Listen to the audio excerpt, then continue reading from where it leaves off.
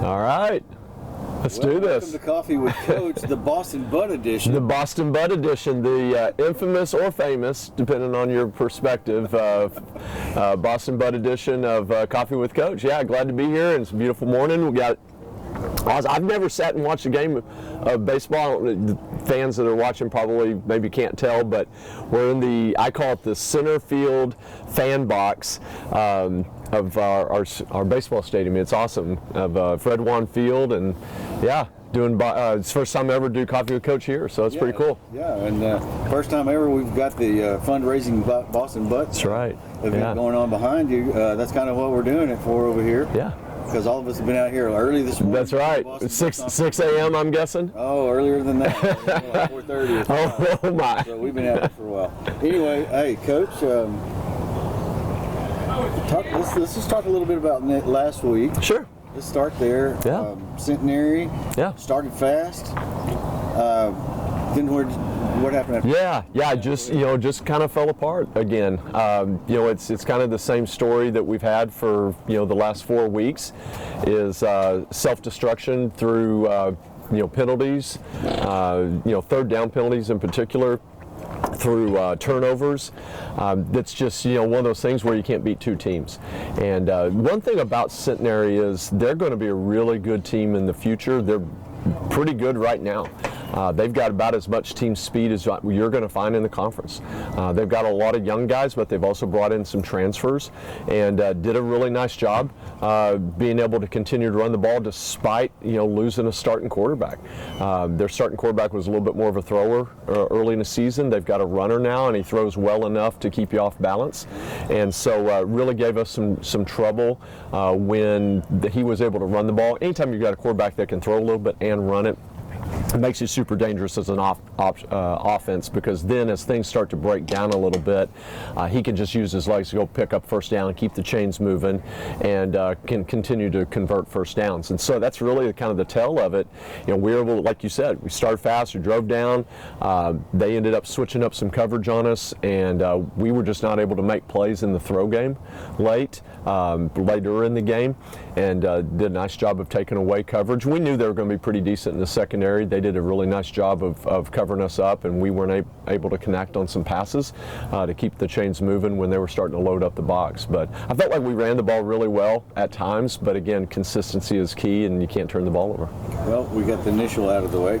Talk about your guest today. Yeah, so we've got Bryce Kinsey. He's our now second year returning wide receiver. We're super happy to have continuity there, but also as we talked about when we hired him last year, I wanted a guy who's a technician of the game, a guy who can really teach technique, because there's a lot of places, college football all over. Shoot, you can even look at the NFL, honestly. They're looking for a name. They're looking for someone who's got some cred because of where they played, or they know somebody, or whatever. I want a technician at that spot. We're not always going to beat people like Saturday with just pure athletes, and so we've got to be able to teach technique. And so Bryce does a wonderful job with that. And now he's our recruiting coordinator going into year 2. So we're happy to have him, and welcome to Coffee Coach number 2. Number two. Coach Kinsey, talk about yourself. Introduce yourself to the people who don't know you. Yeah. Bryce Kinsey, originally from New Orleans, Louisiana. After high school, I went up to Lakeland University up in Wisconsin, did my GA in there, had a really good career there as well. And then after, I came here last year in July, and been a receiver coach since then. And now I'm in year 2, and it's been great. I've been having fun and enjoying every moment. Yeah. Talk about the receiving position the coaching position you had this year, and talk a little bit about your receivers that you have to work with. Yeah, I mean, the receiver position is the same from last year. I mean, I had that title last year, but it's been really great. It's been special this year. I have a really good group of seniors. We're going to graduate 5 of them. So stepping into that role last year, I had a bunch of juniors who kind of helped me gel within the program as well, kind of helped me get acquainted with the offense. And, this year is even special because we return a 5th year in Xavier Long. And it's been a beautiful thing with those guys, man. I mean, since day one, they kind of brought me in and kind of helped me gel, like I said. And I think this year our underclassmen took a really big step in maturity as well. You talk about a guy like Osborne, who took probably the biggest leap of our group, who's been getting some action, at least early on in the season so far, some special teams as well. He has the most underrated hands on the team is what I say. So, I mean, it's a really great group, really exciting group, and, just it's been fun and it's been great. Awesome. Reggie Brown's in there. Yep. Reginald Brown second, I'm sorry. And he's got the record for most yardage caught of catches. Yep. So, he's one of your go-to guys, I know. Talk a little bit about him. Yeah, I mean, Reggie has some uncoachable tangibles. I mean, he carries his swag about him and his want-to. One of the things he did this year, approaching the season, he set a list of goals, and one of his goals is to be the leading receiver at Lyon College. So he's accomplished that so far. So he has some other goals that he's trying to accomplish before the season ends. But I mean, he carries that swag about him. He kind of has that juice with him and kind of get our group going as well. So he's a leader in his own way, and he's been a fun guy to work with so far as well. Yeah. Good. Yeah. Well, let's just jump into this week, Coach. Sure. We've got Austin College coming to town. Absolutely. 2 o'clock kickoff over at Batesville's Pioneer Stadium. Absolutely. Our home. Yeah. For the time being. Talk a little bit about Austin College and what you think about them. A very well-coached team. Tony Joe White, he comes over to Austin from being at Birmingham Southern for about 5 years before that institution closed. So he and I can commiserate being at previous institutions that are no longer existing. But he really got that program turned around. They were not very good in football previously, and were super successful the last couple of years.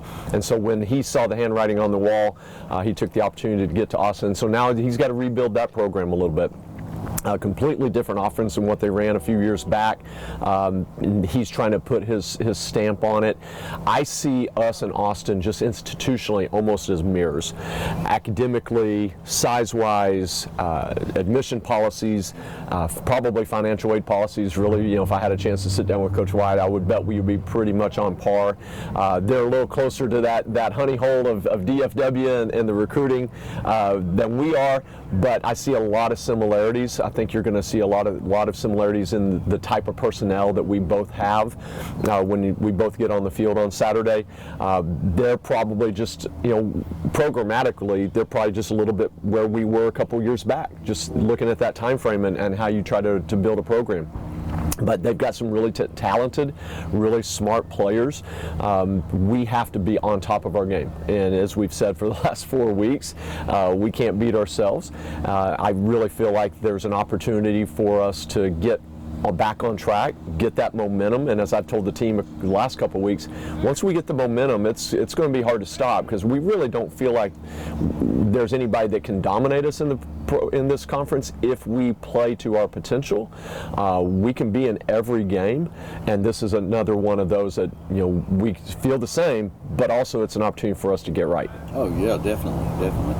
Defensive wise, Coach Kinsey, talk a little bit about their defensive backs and what you have to look forward to. Yeah, definitely. Just looking at the scouting report, they have a good mix of sophomores, some freshmen, and a good bit of juniors and some seniors. So it's a really good blend.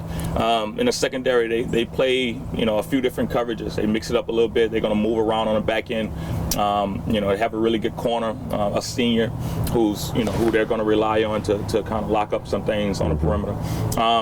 A hungry team, same as us. So I met with my guys last night and kind of set the standard. Hey, we got to try to get this one and try to snowball for the rest of the year. I think we match up well on the perimeter with these guys, and we're going to try to take this one in one game at a time and go from there. Sounds good. And I got invited to that meeting, by the way, which was a first. I got kicked out of the meeting last week, so I got to hang out at this meeting. I felt kind of special being invited by the wide receivers. Right? I think it might have been because one of the wide receivers wasn't around, but that's another story.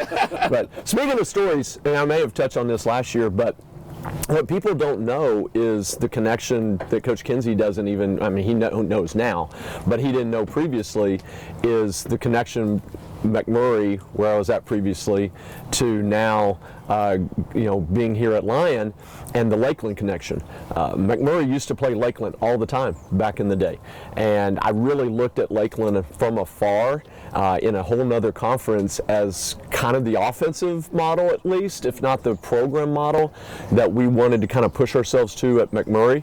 And so just having that kind of circle come back around, that synchronicity kind of come back around to be able to hire someone that, one, has just killed it at the wide receiver position, has helped us grow our offense.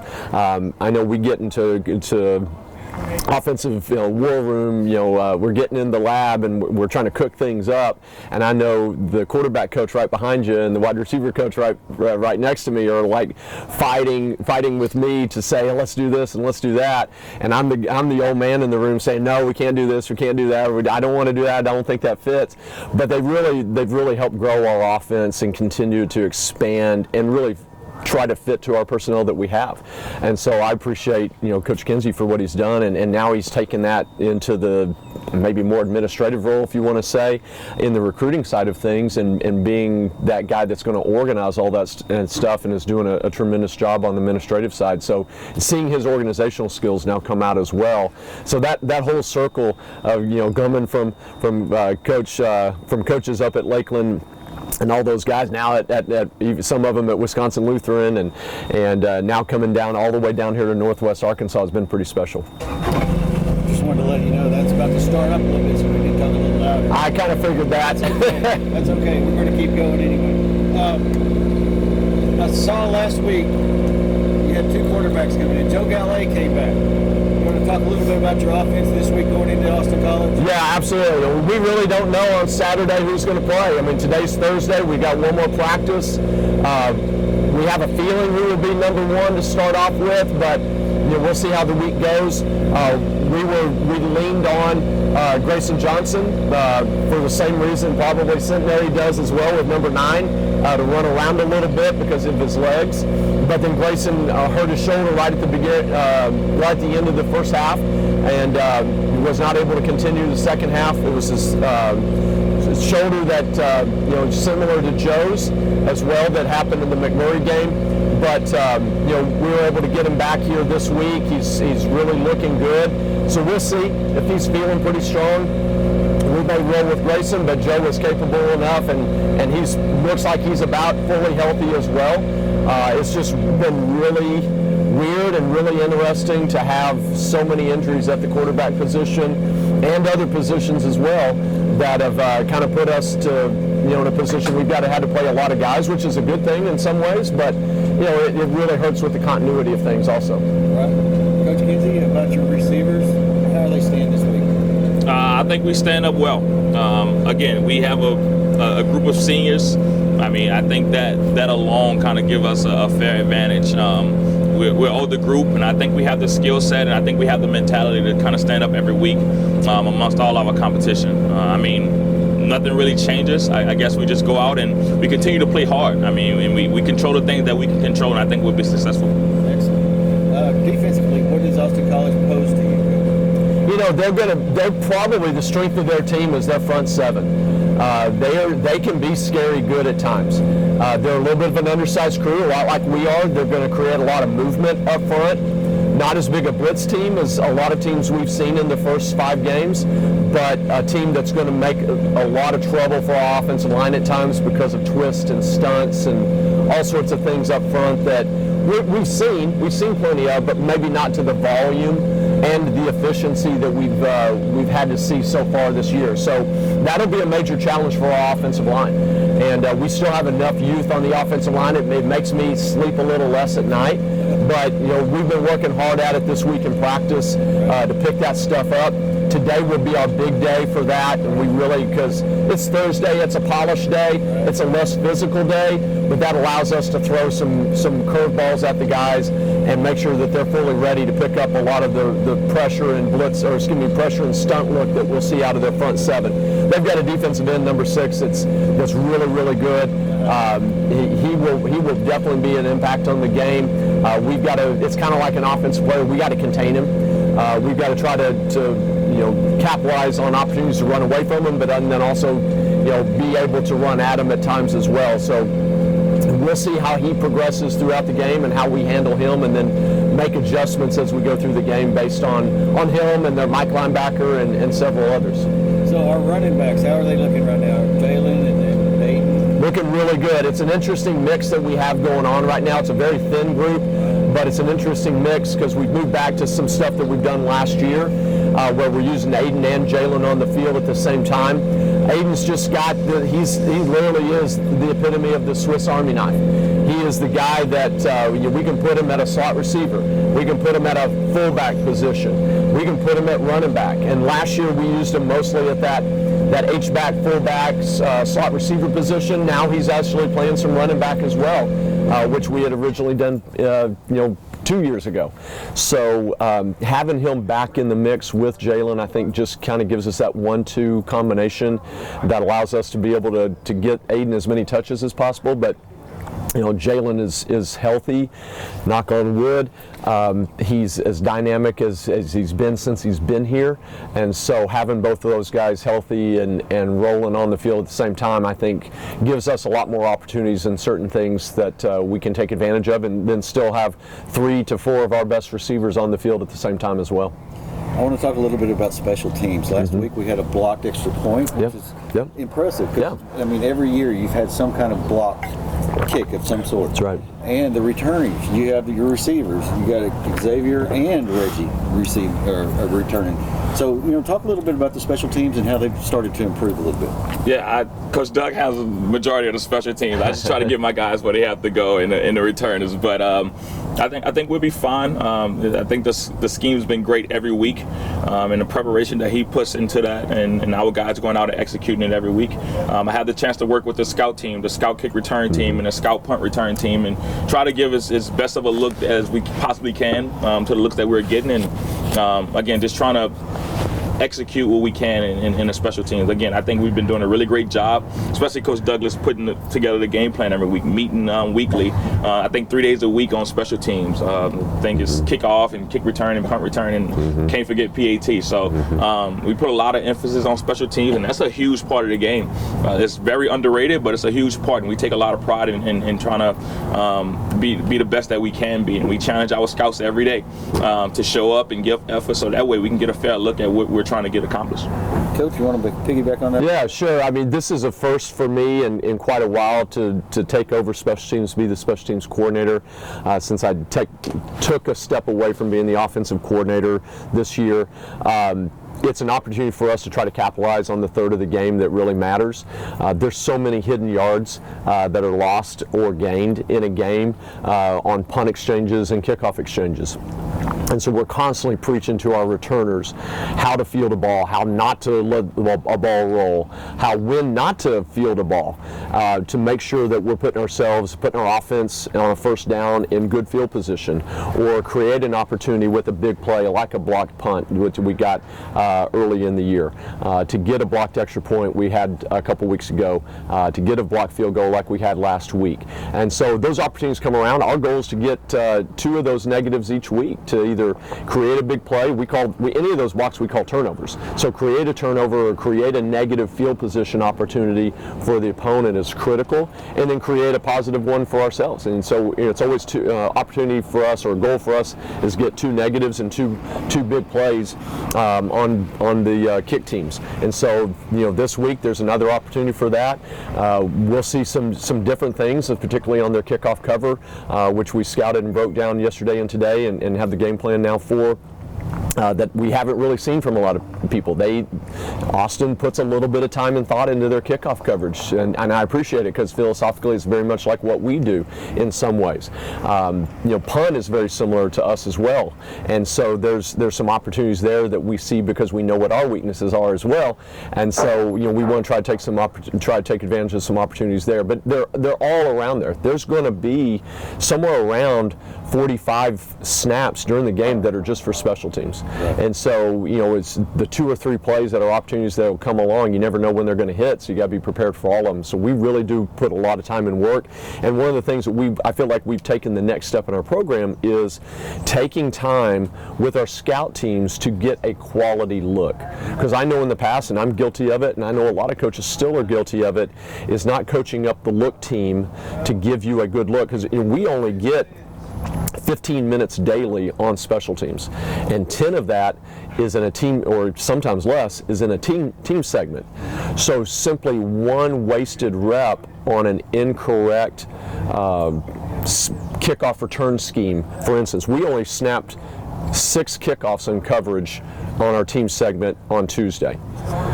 Well, if we'd have missed one of those, that's 18, 19, 20% of our reps that are lost, that we're not going to get ready for Saturday. So each of those 6 were critical, so we needed the scout kickoff return team, with Coach Kinsey's in charge of, to give us a great look. And depth is really important too. We're carrying a roster of 115 right now. Well, there's been days in the past we're struggling to find that 11th person to get on scout. Now with 115, we're 2 deep, and in some positions 3 deep on scout kickoff return, scout kickoff, scout PBR, punt block and return, scout punt, that we'll see today, so that if someone's sick or someone's injured, there's an easy replacement right there. Awesome. This week, I know Austin College played Texas Lutheran pretty tough last week. They did. At Lutheran, I believe. Yes. A 9-point game there. But talk about the winnable position that we are in at this game. I mean, this could actually click and turn this whole season around. I think any moment can. And as I said at the beginning, I don't think there's anybody in our conference that I'm like, I just don't think we got an opportunity here. We got an opportunity in every one of them. We're having an opportunity later in the year to go play McMurray again back at our place. We'll have an opportunity there to compete and potentially win if we do things right. We've got that opportunity with Texas Lutheran when we see them again. We got that opportunity with Centenary when we see them next week, which is crazy. We're going to turn around next week and play Centenary again. Right. So those opportunities are all there. It's again there for Austin. I think in a lot of ways, because there's so many similarities between the 2 ball clubs, that there's an opportunity for both teams to get right, because I know they're thinking the same thing we are, is to capitalize on an opportunity to now for them go 1-5, us hopefully go 2-4, and then start some momentum that's going to help us grow our program and move forward, not just with this season, but in 2026 and beyond. That's going to be helpful. Coach Kinsey, what do you think about that? Yeah, much of the same. A hungry team, like I said in the beginning, a hungry team, and so are we. So I think as if we can continue to, we can get consistent offensively, protect the ball, win matchups on the perimeter. I think that's what it boils down to, is who can be more consistent, who can make the less mistakes, and if we can do that, we'll be successul. Yeah, no doubt. What's the demeanor right now of the team? It's questioning. There's no doubt. And as I told him on Monday, and I said this last week, belief, confidence is a very tenuous thing, particularly when you're talking 18 to 22-year-olds. And so you got to fight for it. And so as I told the team, you have to fight those negative thoughts that come in your head.